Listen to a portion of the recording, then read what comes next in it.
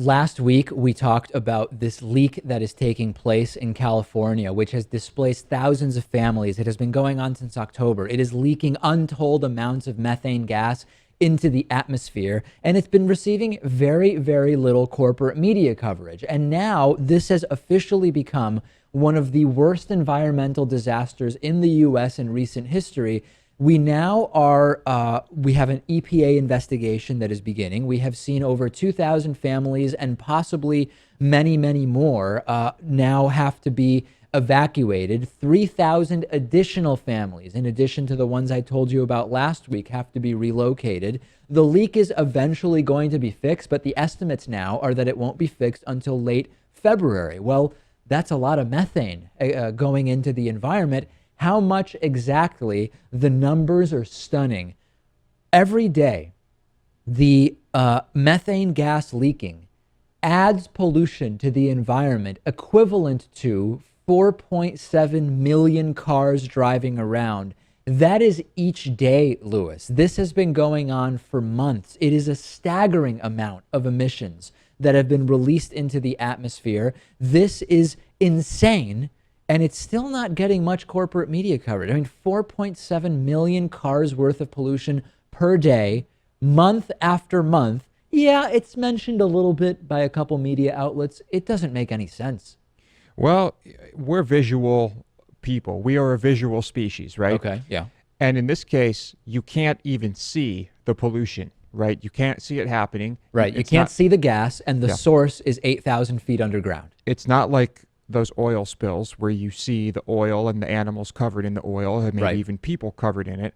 So maybe that's part of the reason why it's not receiving the coverage that it should. Maybe so. And as I mentioned last week and again today, methane's environmental impact is exponentially greater than carbon dioxide, for example, right? The impact on the climate and our environment, our atmosphere, is absolutely huge from methane. Supposedly, the health impacts of the leaking methane are only temporary. It can cause headaches, nausea, etc., but only on a temporary basis. However, traces of the cancer-causing gas benzene have also been released by this, and the EPA is monitoring that. So for those saying this is not going to have a lasting health impact, well, that may not be the case as a result of the methane, but we now have benzene being released as well. And think about the cost of the repairs, which is expected to reach $900 million.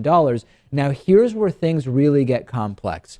The Governor Brown of California, has a sister who sits on the board for Sempra Energy, which is the parent company of SoCal Gas. Some are suggesting, and those who are emailing me are adamantly suggesting, that the reason we haven't seen Governor Brown declare a state of emergency here is because of that connection, that declaring a state of emergency in California would really call even more attention to this that maybe he doesn't want because his sister is on the board of Sempra Energy. Let's put that aside for a second, Lewis.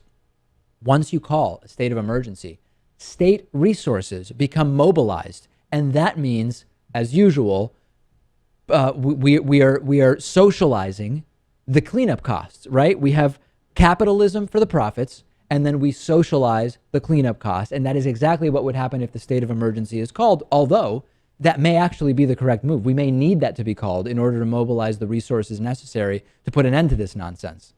I mean, taxpayers are picking up the tab for many of the natural disasters. I mean, maybe not in the entirety of the cleanup costs, but certainly taxpayers are paying for it.